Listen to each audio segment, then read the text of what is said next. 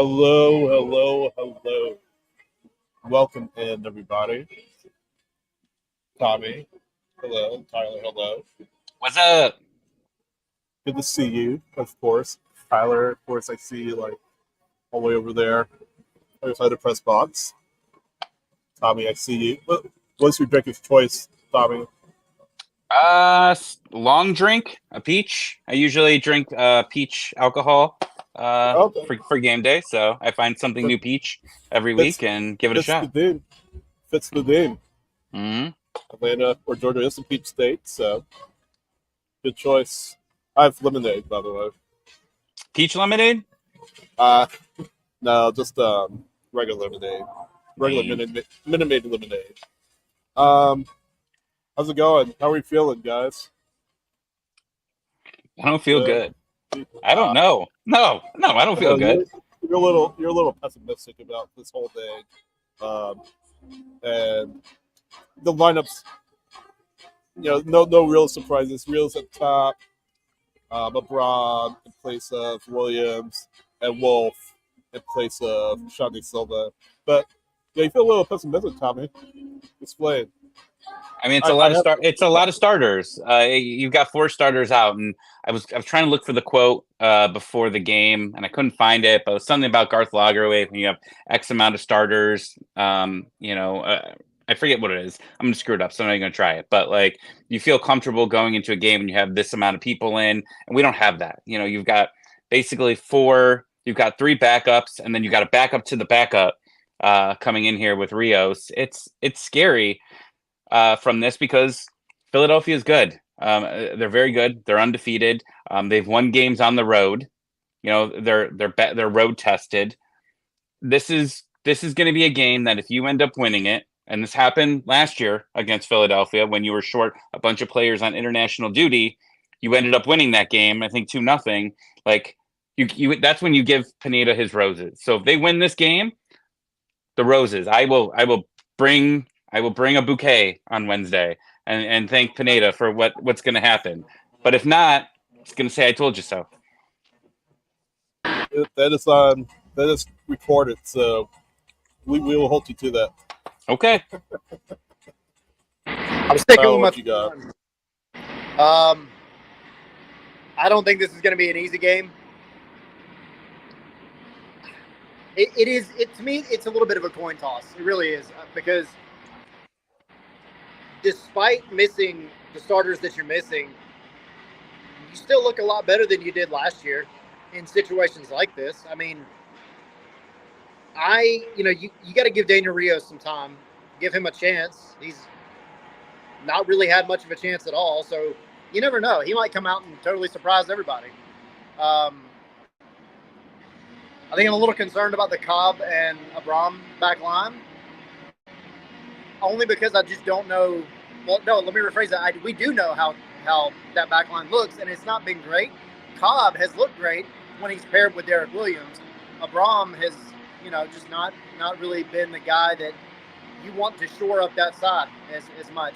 And if I'm Philly, I'm looking at picking on that right hand side, well, our left, the Caleb Wiley and Abram side, because Caleb he's done well, but he's been a little shaky at times in defense as well. So I think that's why I can't see this one being a clean sheet, but I do think Atlanta still comes through and pulls out the win.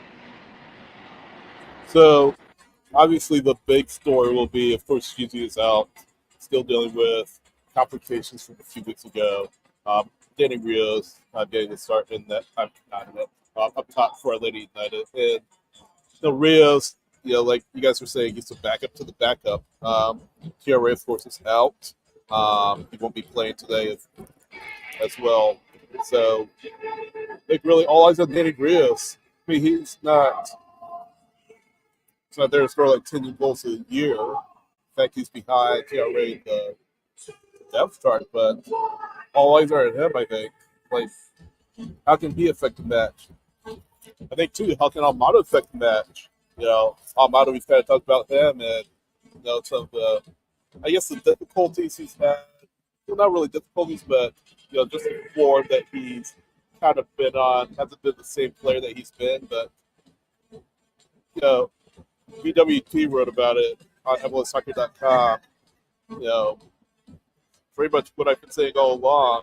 He doesn't need to be the guy, but at the same time, we need to look at why that production has dipped down for Almada, and I think he's going to be a key to this game if Rios can. So that's just my 2 cents in the attack. And then, of course, you have Wolf that plays with Silva. You have Saba out there. Saba, his work week has been unbelievable. So looking for more of that today. Yeah, 100%. Like if they can, if you can get Almada to have that game, right, and get Saba into it for sure. I'm not sure. I've been saying it. Wolf, I think is a good player. I know you don't want to break what's not broken with Mascara, but I think eventually, at some point, you got to see what this kid can prove in the starting lineup. I understand he's super sub and he's fast against slower players. I think you need if I'm this team, I want to start off strong, right? Take the game to Philly, and I think that's why I think Mascara would have been a better choice here. But we'll see. We'll see what happens here. But your depth on the bench isn't great either at this point. Obviously, when you're dealing with these things, and that's why I'm hopping out a plane here and will be there in an hour to be as an emergency call up. You better hurry up. Right? I'm on the blink jet. That's the goal at least. I'll sober up by then, right?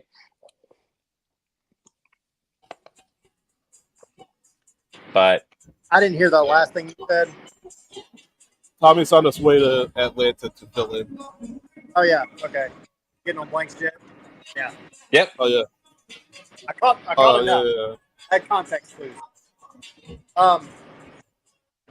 So I think one other thing, like the Mascara argument, that's something that's been popping up a lot, obviously. I mean, I think right now, like, while I agree he's going to have to get some starts at some point, I just think he does so well being that guy that comes up in the 60th minute or whatever and runs people into the ground. I mean, I brought up this point earlier when we were talking up here in the press box, but last year when Philly played here, I remember distinctly 75th, 80th minute looking at guys like Martinez and some of their back line and seeing how gassed they were at that moment in time. And they, like, to the point where they weren't even running. Like, they looked done. And, of course, they get subbed off shortly thereafter. But you get a guy like Mascara that can come in against a very similar team that they had last year when they're tired, and he can cause some chaos. And then as far as Daniel, I mean, yes, he played in MLS a significant amount, but I don't know that Philly is going to look at him with the same kind of threat that they would Giakoumakis or even Ciara at this point, because he's got three goals in 2 games. So you got a kind of an unknown coming in, and if he comes in and they don't give him a little bit of respect, he might appear out of nowhere and do what Ciara did a couple of games ago here and just be in the perfect place at the perfect time, completely unmarked. Because you got to worry about Almada. Late, you're going to have to worry about Mascara. You're going to have to worry about Saba. That leaves Daniel, I think, a little bit of a ghost out there. What other areas of concern do you guys see? I mean, we talked about the back line a little bit. We talked about maybe that's certainly up top with Rios. I guess what other things do you guys see that? Well, let me turn it around. What does Atlanta United need to do well today to win? And I kind of talked about it with Almada. I kind of talked about it with Saba. What else does Atlanta United need to do to come out here with 3 points and Philly their first loss of the season? Which, by the way, they're alone in beating in MLS this year. Right now, by virtue of yesterday's results, but I guess what's Atlanta need to do to win today? They have to defend well, obviously. They have to defend well, but they also cannot let Philly get under their skin. You can't get out there. I mean, the newer guys that haven't played against Philly yet, somebody down there had to have had the conversation with them saying, hey, they're going to fall over anytime you breathe wrong on them. So, like, don't get frustrated. Don't get overwhelmed. Go out there, play your game. The game's going to be choppy because there's going to be foul after foul after foul, and that's what Philly wants. But you just got to keep your head, keep your style, and just don't play into their hands. Slish is going to have to be important here, for sure, to help out Cobb and Abram, 100%. But you got to start the game off strong here. You have to start taking the game to Philly immediately. If Philadelphia starts coming at them, you've seen some times where Atlanta United has let the teams come to them, and they've been lucky at some points where they haven't had goals scored against them, right? Like you look at the opener that they had there. I mean, they were on the back foot a lot of that first half, but luckily, New England couldn't score. Like those are just things that this team's more precise. This team is pretty good at scoring goals. So you can't have these mistakes. You can't let Philadelphia get into a rhythm early on here. If you can go up, 1-0 early, I think that's going to be huge. But you can't start this game with Philly just attacking here, and that's just kind of my scare at the moment is that they're gonna let the game, Philly grow into this game too quickly.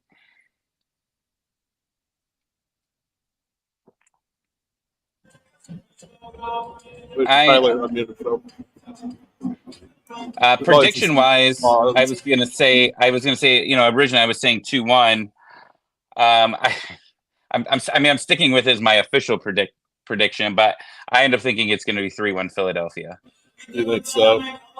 Yeah. I think just I mean that's kind of an indictment on Atlanta's defense. I mean, we just talked about Abram and Cobb being a partnership for the first time. So do you think that the conditions are existing that they'll give up 3 goals to this one? So I don't know if that'll be the case really. I think the defense will be somewhat steady. Won't be as good as it's been thus far, but I think it'll be somewhat steady. I don't know if Philly today at least has 3 goals in it. I hope I'm wrong, but I just don't see Me too. Yeah, I mean I'm not rooting for it. It's just I'm trying to be this season honest with my predictions and how I'm looking at it. But we'll see what happens. You saw last night, Columbus and Salt Lake. Like Columbus started a real bad roster, a bunch of kids, and Salt Lake just wasn't able to score any goals there. It was shocking. Nazi was pumping his fist with the front of whistle went. It's like after a 0-0 draw. And Columbus was like going down like Philadelphia does, left and right. They were just trying to kill as much time as possible here. I'm not saying that you try to do that, especially when you're at home. But, if it's close, late in the game, just get the point. Get the point at home and move forward in this type of situation. Because, next week you got Cincinnati, which is also not going to be an easy one. And then, you hope that you at least get Giacomakis back and Silva. Like that's, hopefully the goal there is to maybe get 1 or 2 of them back. I mean, I haven't heard what the official thing for Silva is here, but it doesn't sound like it's long term from my understanding, right? Yeah, I admit so. Yeah. And same with Giacomakis. Like maybe both of them could come back and then you just completely recreate your front line back to something that you're more comfortable with at home. I think that could be a good situation. That's the hope here because, and I mean, real quick, so many people are saying this is like a couple of years ago with all the injuries. Guys, everything's 2 to 4 weeks-ish, as we know right now. This isn't long-term. Yes, it sucks that you've got a couple home games in this. You prefer to be on the road and just say, hey, screw it, we'll lose on the road, and that's okay. We're bad on the road anyways. Let's win our home games. But you've got 2 at home, so get as many points as you can out of this. Good. I agree. Tyler, you're very quiet. Final thoughts. 2-1. 2-1, he said. I agree with it. You were going in and out there. You're fine. I can't see. I can't do this. I've got to bring my earbuds. So everything that you said, I agree with. I do. I think it's just at some point the excuses they've got to stop, and you've got to start winning games like that you're supposed to win, and you're supposed to win everyone in this building. If you do, you take a little bit of that pressure off when you're on the road. You still got to win on the road too. Like that can't be an excuse either. But you've got to win this game. You've got to win this game, and you've got to win against Cincinnati next week. So yeah, like I agree with what you're saying. Like next week, I think you get some of your guys back, and it's a little bit more of a cohesive unit. But you know, you don't sign players to just be warm bodies. Like they got to do something. And like Daniel Rios, this is his opportunity. This is a chance for him to come in and say, hey, I'm not going to make it easy for Jamal Tiara to be the second guy. I want to put my name in the books and get playing time. And I think we've been burned so many times over the years of like, especially with backup strikers that don't come in and perform. And it can't be an excuse. I mean, you've got the front office has been hitting on signings for the most part. So there's got to be some kind of belief that you can come out and win this game. And I think they can. I think Philly is I think the title of being the only team that hasn't lost in MLS is kind of flattering for them, and for all the wrong reasons. So yeah, I think this is the day that you make it so there are no undefeated teams left in MLS. Okay. All right. Well, about 25 minutes. 24 minutes from kickoff. So let's do it. You guys have fun.